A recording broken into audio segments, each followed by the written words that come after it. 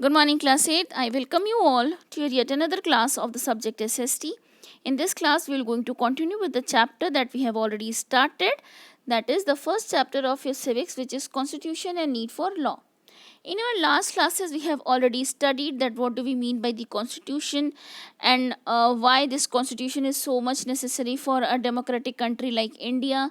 Then what do we mean by law and how it is related to the Constitution. Then we have studied that what there are the certain ideals on which our constitution is based upon, that is sovereignty, secular, socialist, republic, democratic. These were the certain ideas that was there in the preamble, which suggests that on these are the ideals on which our constitution is based upon. Then after that we have studied fundamental rights. Fundamental rights in Hindi you say it as आपका बुनियादी हक. So constitution has granted us 6 fundamental rights basically. That is, the first one was right to equality, after that right to freedom, then right against exploitation, right to freedom of religion, cultural and educational right to constitutional remedies. These were the rights that was being granted by our constitution. In our today's class we are going to start with the new topic, that is fundamental duties. देखो, जिस तरह से fundamental rights थी हमारा बुनियादी हक, उसी तरह से हमें कुछ बुनियादी ड्यूटीज़ हैं, कुछ बुनियादी सर्विसेज हैं जो हमें अपने हमारा कॉन्स्टिट्यूशन है वो हमसे रिक्वायर करता है कि हम अपनी कंट्री को रेंडर करें, हम अपनी कंट्री को दें. देखो, यहाँ पे एक बहुत प्रोमिनेंट फ़र्क है तुम्हारे फंडामेंटल राइट्स और फंडामेंटल ड्यूटीज़ में.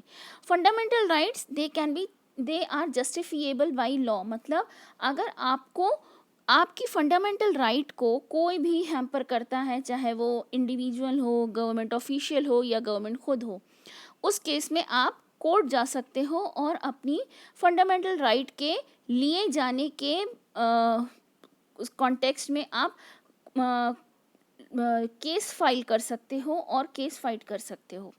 But with fundamental duties these are non justifiable by law. मतलब अगर आप इन फंडामेंटल ड्यूटीज़, जो कि 10 फंडामेंटल ड्यूटीज़ हमारे कॉन्स्टिट्यूशन ने मेंशन की हुई है, अगर इनमें से आप कोई नहीं फुलफिल करते हो तो आपके ऊपर कोई लीगल एक्शन लेने का किसी को हक नहीं है. हाँ, अगर वो किसी की फंडामेंटल राइट को हैम्पर नहीं कर रही है तब तक. जैसे ही आपकी फंडामेंटल ड्यूटीज़, अगर आपकी कोई फंडामेंटल ड्यूटी है और आपने उसको फुलफ़िल नहीं किया है, या आपने अपनी जो फंडामेंटल ड्यूटीज़ के अगेंस्ट जाके कुछ ऐसा एक्शन लिया है जो किसी की फंडामेंटल राइट को हैम्पर करता है, तब आपके अगेंस्ट लीगल एक्शन लिया जा सकता है. Otherwise then this fundamental duties these are non justifiable by law.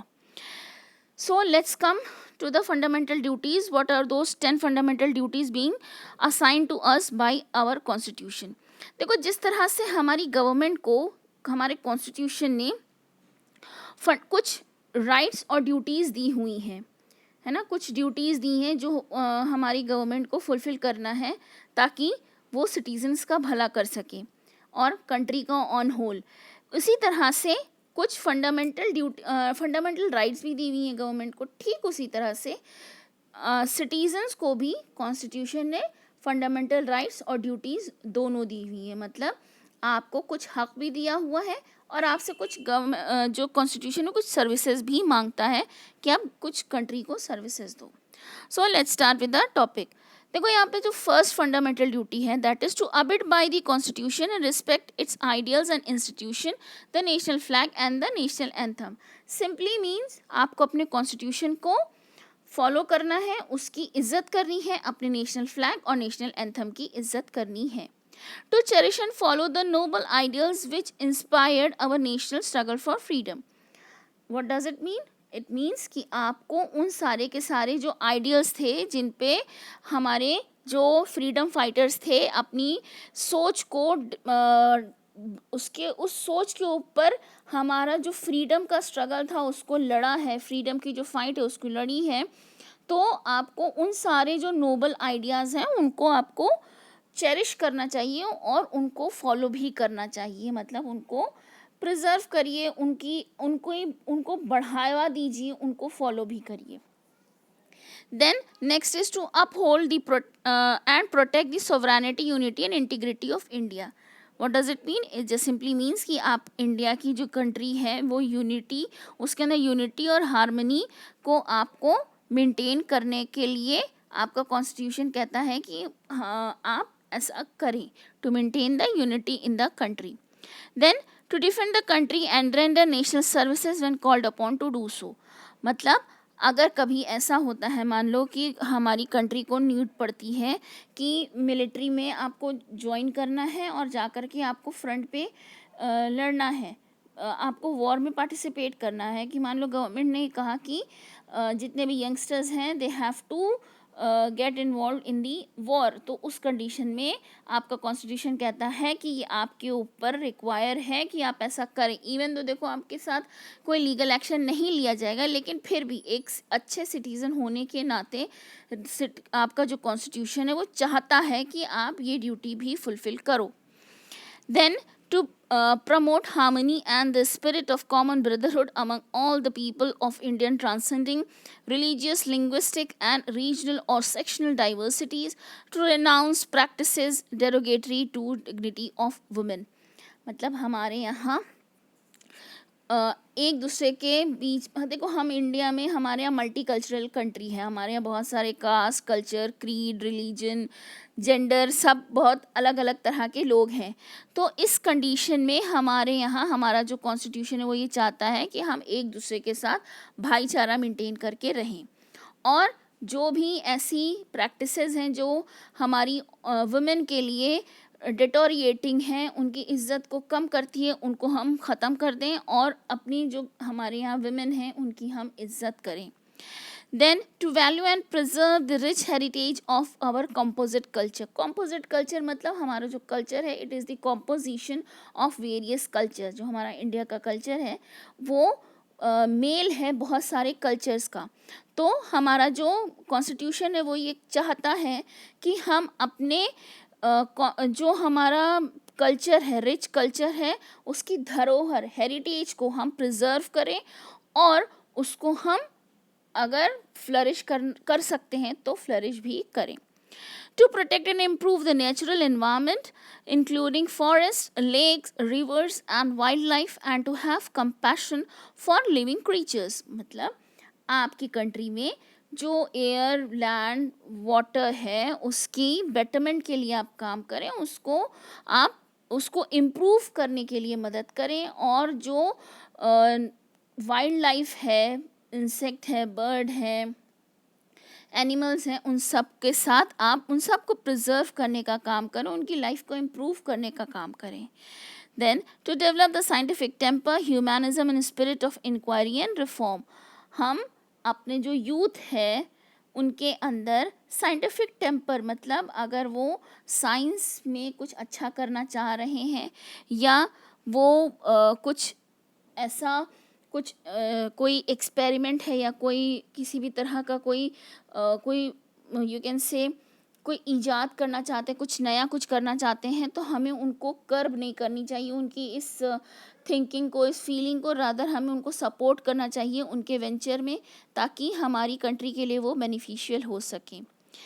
Then to safeguard public property and to observe violence. हमारी जो पब्लिक प्रॉपर्टी है, हमारा कॉन्स्टिट्यूशन चाहता है कि हम अपने पब्लिक प्रॉपर्टी को सेफगार्ड करें और किसी भी तरह के वायलेंस में इन्वॉल्व ना हो, और अगर कोई वायलेंस इरप्ट हुआ भी है तो हम अपनी तरफ से कोशिश करें कि उसको हम सबसाइड कर सकें, उसको हम नॉर्मलाइज कर सकें, उसको हम ख़त्म कर सकें. Then to strive toward excellence in all sphere of individual and collective activity so that the nation constantly rise to higher level of endeavour and achievement.